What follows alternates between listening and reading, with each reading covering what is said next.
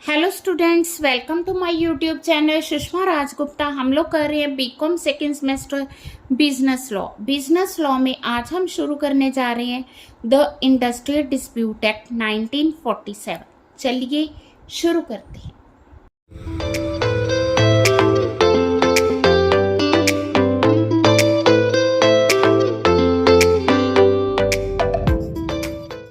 हाँ जी, industrial dispute act 1947। इस act को बनाने का मेन पर्पस क्या था? इस एक्ट को बनाने का मेन पर्पस इंडस्ट्रियल डिस्प्यूट को ख़त्म करना, यानी कि इंडस्ट्रियल पीस मेंटेन करना था। ठीक है, कोई भी ऑर्गेनाइजेशन, कोई भी इंडस्ट्री तभी प्रोग्रेस कर सकती है अगर वहाँ पे पीस है। तो पीस रखने के लिए, उनके डिस्प्यूट्स को ख़त्म करने के लिए ये एक्ट बनाया गया। कौन से डिस्प्यूट? जो कि वर्कर, एम्प्लॉयर और वर्कर के बीच अराइज होते हैं टाइम टू टाइम, उनको हम किस तरह से ख़त्म कर सकते हैं, तो उसके लिए लॉ तैयार किया गया। वो जो एम्प्लॉय है, पास्ट भी हो सकता है, प्रेजेंट भी हो सकता है, फ्यूचर भी हो सकता है। ठीक है, अगर कोई डिस्प्यूट अराइज होता है तो किस तरह से उनकी बार्गेन कर सकते हैं या इंडस्ट्रियल जो है पीस मेंटेन कर सकते हैं। ठीक है जी। तो ये जो एक्ट है इसमें काफ़ी अमेंड किया गया, इसको काफ़ी टाइम अमेंड किया गया। ठीक है, एट प्रेजेंट जो लॉ अप्लाई हो रहा है that is industrial dispute act 1947।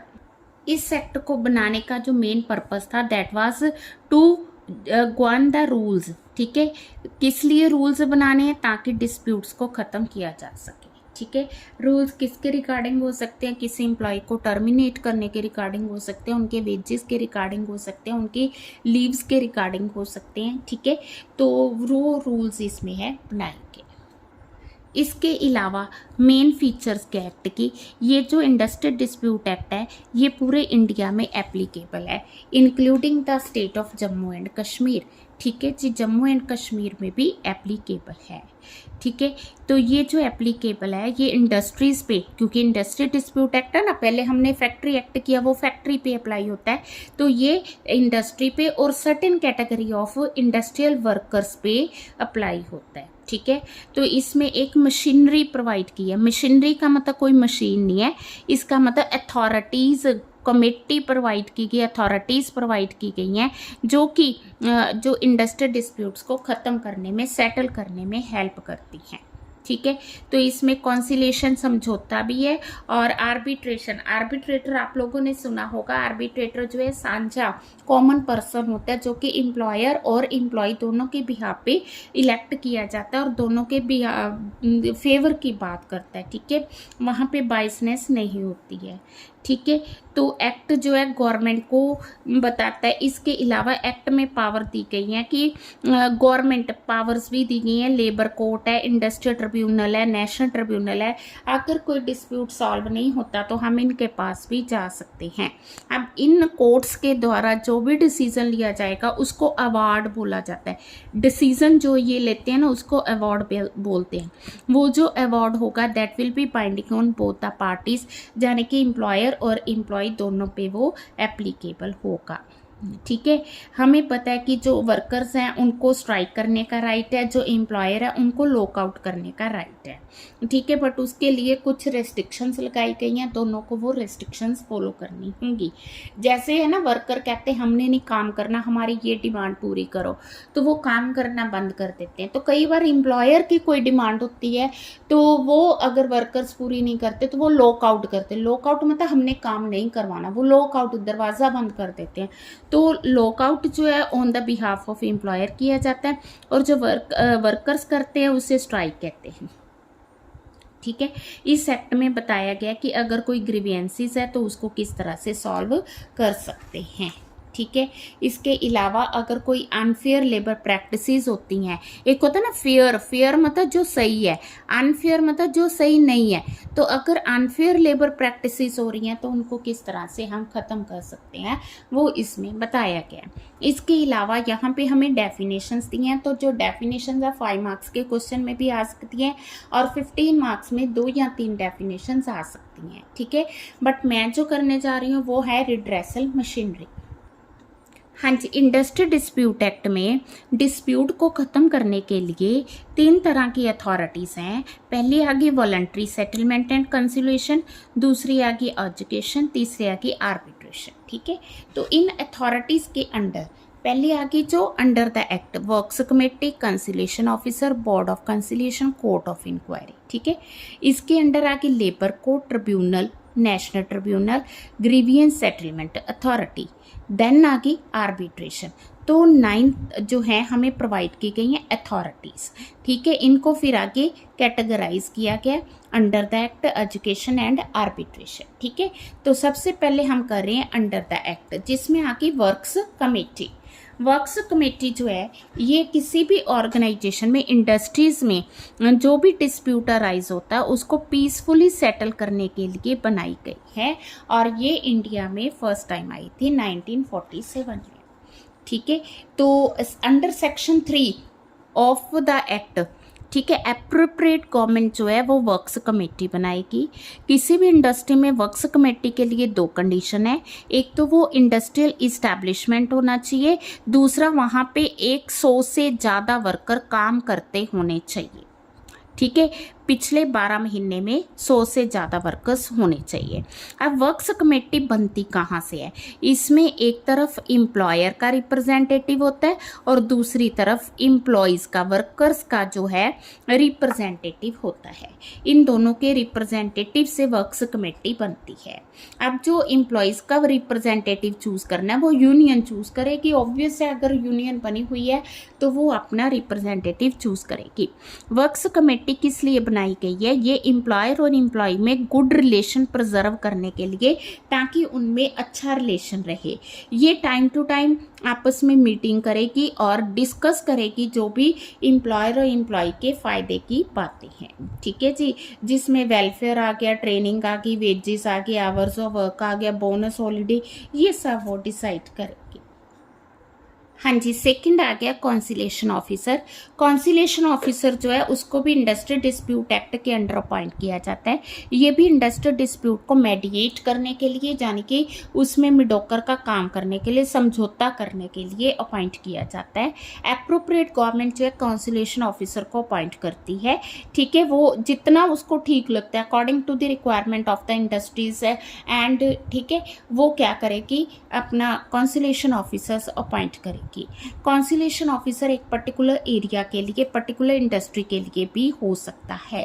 ठीक है, तो वो जो है पब्लिक यूटिलिटी सर्विसेज में इसको, मतलब कॉन्सिलेशन ऑफिसर को अपॉइंट करना कंपलसरी किया गया। अदर इंडस्ट्रीज में इसको ऑप्शनल रखा गया। ठीक है, तो जो भी कॉन्सिलेशन ऑफिसर का डिसीजन होगा, सोल्यूशन होगा, that will be acceptable to both the parties. हाँ जी, कॉन्सिलेशन ऑफिसर इंडिपेंडेंट एजेंसी है। ठीक है, ये इंडस्ट्रियल पीस को मेंटेन करने के लिए जो है अपॉइंट किया जाता है।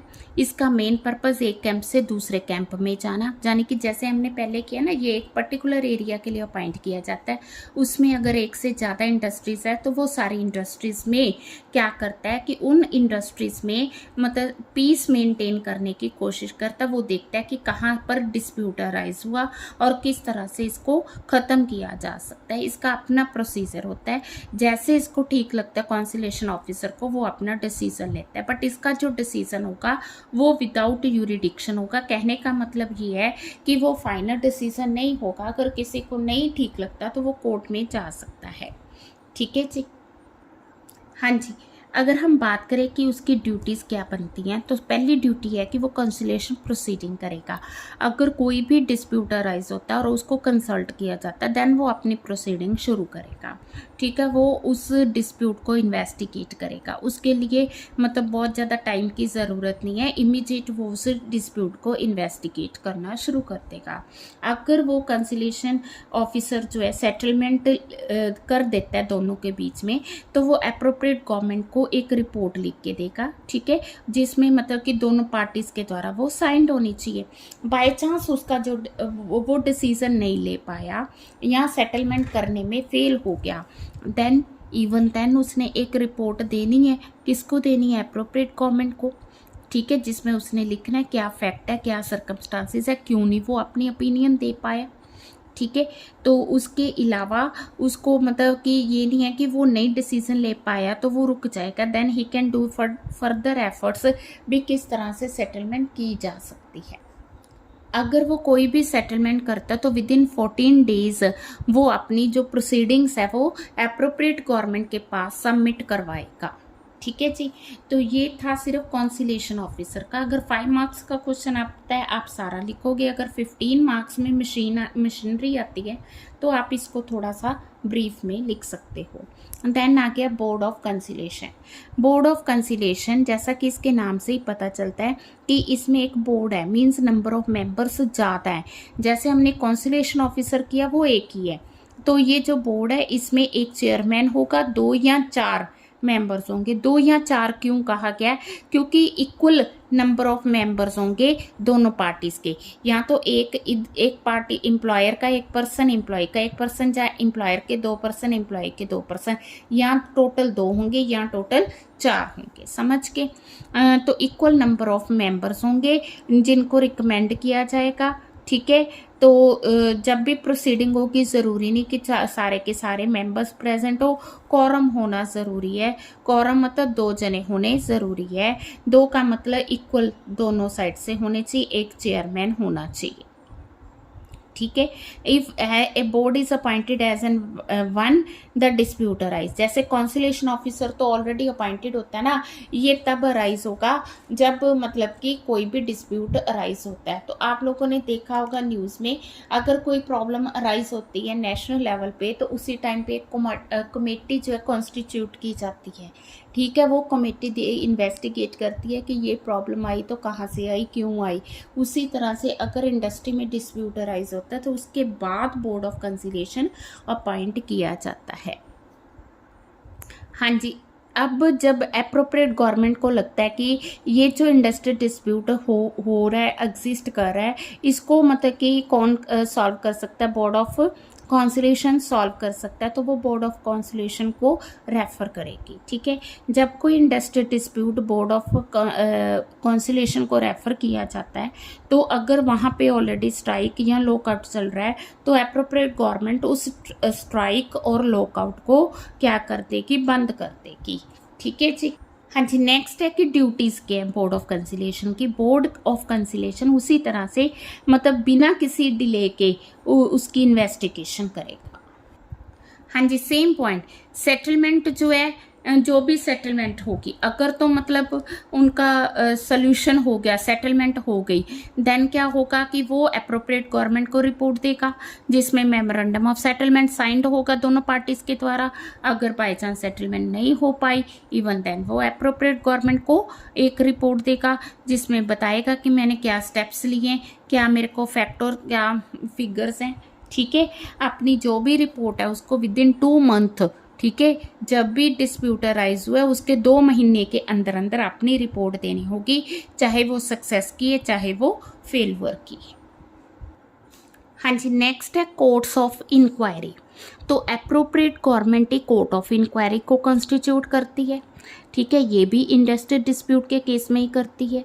ठीक है। कोर्ट ऑफ इंक्वायरी तब कॉन्स्टिट्यूट की जाती है जब डिस्प्यूट अराइज होता है। ये परमानेंट बॉडी नहीं है। ठीक है। पर जब भी कोर्ट ऑफ इंक्वायरी कॉन्स्टिट्यूट की जाएगी तो ऑफिशियल गजट में बताना ज़रूरी है। तो इसकी जो मेंबर्स हैं वो 1 से ज़्यादा हो सकते हैं। अगर मेंबर 1 से ज़्यादा है तो उनमें से एक चेयरपर्सन होगा। ठीक है। तो कोरम जो है वो प्रिस्क्राइब किया गया है। ठीक है। कोरम का होना ज़रूरी है। अगर कोरम है बट चेयरमैन नहीं आया, कोरम का मतलब जैसे 3 मेंबर्स हैं, 3 में से 2 आ गए, चेयरमैन जो है वो नहीं प्रेजेंट है, तो वो इमैटेरियल है कि वो प्रेजेंट है कि नहीं है, क्योंकि कोरम का होना ज़रूरी है, चेयरमैन का होना ज़रूरी नहीं है। ठीक है। कोर्ट ऑफ इंक्वायरी उसी तरह से अपनी रिपोर्ट जो है वो विद इन 6 मंथ देगी। ठीक है। तो इसकी पहली ड्यूटी है कि वो जो भी मैटर डिस्प्यूट है उसकी इंक्वायरी करेगी। सेकंड है कि एप्रोप्रिएट गवर्नमेंट को, एप्रोप्रिएट गवर्नमेंट का मतलब जो उस टाइम पे गवर्नमेंट अवेलेबल है, जो गवर्नमेंट है जो इसके जिसके अंडर इंडस्ट्री डिस्प्यूट एक्ट काम कर रहा है, तो वो गवर्नमेंट जो है उसको रिपोर्ट देनी ज़रूरी है। ठीक है, तो ये जो 6 मंथ का टाइम है इसको हम एक्सटेंड भी कर सकते हैं। अब सेकंड टाइप ऑफ जो है अथॉरिटीज़ आ गई, उसमें सबसे पहले आ गई हमारे पास लेबर कोर्ट। एप्रोप्रिएट गवर्नमेंट के पास पावर है कि वो एक या एक से ज़्यादा लेबर कोर्ट अपॉइंट कर सकती है। सेंट्रल गवर्नमेंट के पास पावर है कि किसी भी स्टेट में वो लेबर कोर्ट अपॉइंट कर सकती है। उसी तरह स्टेट गवर्नमेंट के पास भी पावर है कि वो लेबर कोर्ट्स जो अपनी टेरिटरीज में सेटअप कर सकती है। ठीक है, लेबर कोड का काम क्या है, जो सेकंड शेड्यूल ऑफ एक्ट में डिस्प्यूट्स अराइज होते हैं उनको सॉल्व करना। ठीक है, या एक्ट के अंडर जो भी उनको फंक्शंस असाइन किए गए हैं उनको पूरा करना। हाँ जी, यूरिडिक्शन की बात करें तो सेकंड शेड्यूल में जितनी भी मैटर्स है वो सारी की सारी लेबर कोर्ट के पास आएंगी। बट अगर थर्ड शेड्यूल की मैटर्स हैं और जिसमें 100 से कम वर्कर इफेक्ट हो रही है तो वो लेबर कोर्ट के पास आएंगी। ठीक है जी, तो सेकंड शेड्यूल में क्या आता है, जैसे proprietary legality of order, employer ने कोई ऑर्डर पास किया है ना, या किसी स्टैंडिंग ऑर्डर की एप्लीकेशन या इंटरप्रिटेशन के रिगार्डिंग, या किसी वर्कर को डिस्चार्ज कर दिया, डिसमिस कर दिया, या किसी का कस्टमरी कंसेशन विड्रॉ कर लिया, या इलीगल स्ट्राइक लॉकआउट है, या थर्ड शेड्यूल में जो मैटर्स नहीं आती हैं वो सारी सेकंड शेड्यूल्स में आएंगी। ठीक है, लेबर कोर्ट में कितने मेंबर्स होंगे, इसमें एक पर्सन होगा जो कि एप्रोप्रिएट गवर्नमेंट अपॉइंट करेगी। ठीक है, and the person shall not qualified for appointment unless, मतलब वो हाई कोर्ट का जज रहा हो। ठीक है, उसका 3 साल से ज़्यादा का एक्सपीरियंस रहा हो डिस्ट्रिक्ट जज का, या he has held judicial office, या पिछले 7 साल। पहली बात है कि हाई कोर्ट का जज हो, चाहे उसको 1 साल ही हुआ है, पर जब हमने डिस्ट्रिक्ट जज देखना है तो उसका 3 साल से ज़्यादा का एक्सपीरियंस हो। अगर हमने कोई वैसे जुडिशियल ऑफिस देखना है तो उसका 7 साल का होना चाहिए। ठीक है, या कोई presiding officer of labour court भी हो सकता है। ठीक है, ये अथॉरिटी कवर होगी। अब इसके बाद आ गया ट्रिब्यूनल। ट्रिब्यूनल भी अपॉइंट कर सकती है। कौन अपॉइंट करेगा? एप्रोप्रिएट गवर्नमेंट अपॉइंट करेगी, और जब भी ट्रिब्यूनल अपॉइंट होगा उसको ऑफिशियल गजट में जो है पब्लिश किया जाएगा। हाँ जी, इसमें उन्होंने कहा है कि ट्रिब्यूनल जो है अपॉइंट किया जाएगा वो सेकंड शेड्यूल और थर्ड शेड्यूल के किसी भी डिस्प्यूट के लिए हो सकता है। ठीक है, वो सभी काम करेगा जो उसको असाइन किए गए हैं।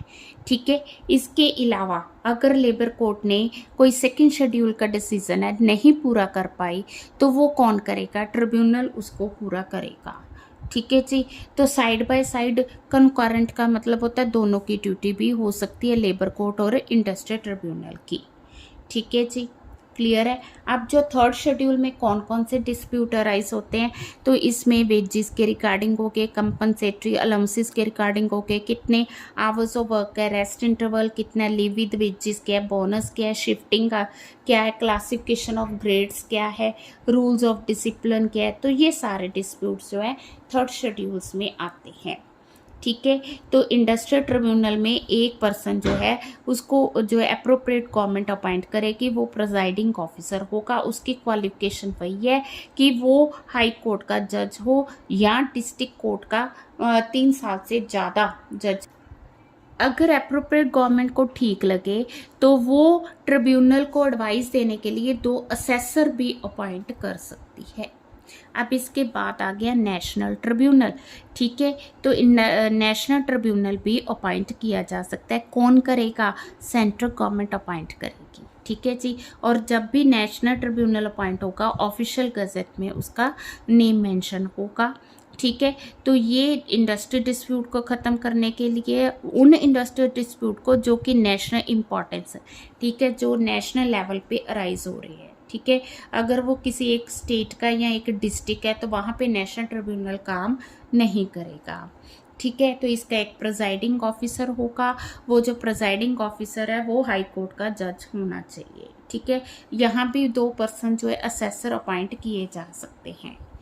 ठीक है जी, तो यहाँ पे disqualification for the presiding officer, labour court, tribunals and national tribunal. Disqualification क्या है कि उसकी एज 65 ईयर्स अगर हो जाती है तो वो डिसक्वालीफाई हो जाएगा, या वो इंडिपेंडेंट पर्सन नहीं है तो वो डिसक्वालीफाई हो जाएगा।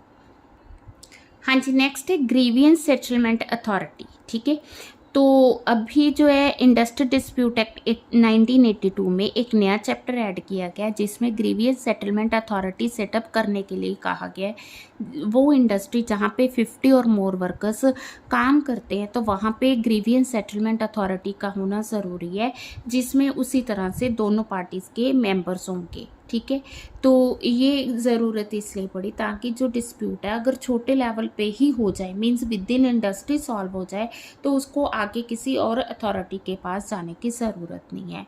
ठीक है, उसके अपने प्रोसीजर्स होंगे, अपनी प्रोसीडिंग करेगी और उसको जो टाइम पीरियड दिया गया उसमें उसे कंप्लीट करेगी।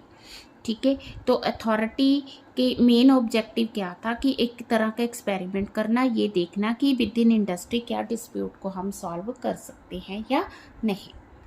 हाँ जी, इसमें जो लास्ट अथॉरिटी आती है वो है आर्बिट्रेशन। ठीक है, तो इसमें एम्प्लॉयर और वर्कर चाहे तो अपना डिस्प्यूट आर्बिट्रेटर के पास ले जा सकते हैं। उसके लिए कंडीशन दी गई है कि डिस्प्यूट का होना ज़रूरी है, पहली पॉइंट।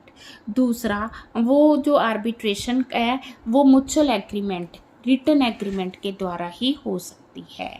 ठीक है जी, ये जो रेफरेंस टू आर्बिट्रेटर है ये मतलब labour court tribunal, national tribunal के पास जाने से पहले की जाएगी।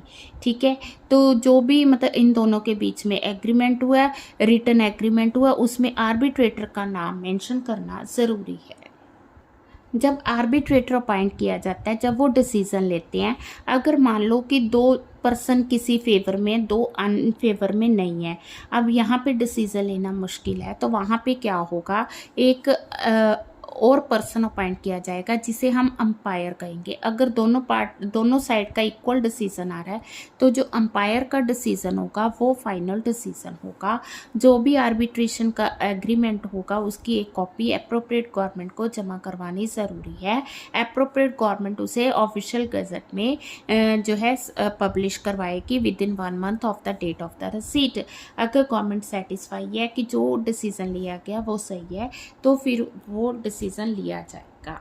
ठीक है, तो आर्बिट्रेटर के पास ये पावर है कि वो डिस्प्यूट को इन्वेस्टिगेट कर सकता है, रिपोर्ट सबमिट करवा सकता है और आर्बिट्रेशन अवार्ड जमा करवा सकता है। ठीक है, तो इंडस्ट्रियल डिस्प्यूट एक्ट में अगर बहुत ही इंपॉर्टेंट क्वेश्चन देखा जाए तो ये मशीनरी का ही बनता है। बहुत लेंथी क्वेश्चन बनता है, आप लोग पहले इसको लिख के देख लो कि कितना को लेंथी बनता है। ठीक है, तो अगर ज़रूरत पड़े तो शेड्यूल्स सारे मतलब जो पॉइंट्स मेंशन किए आप सारे लिख सकते हो, नहीं तो आप उसको लेंथ ज़्यादा है तो कम भी कर सकते हो। ठीक है, बट कवर सारे पॉइंट्स करने, लास्ट तक इनको कवर करना है।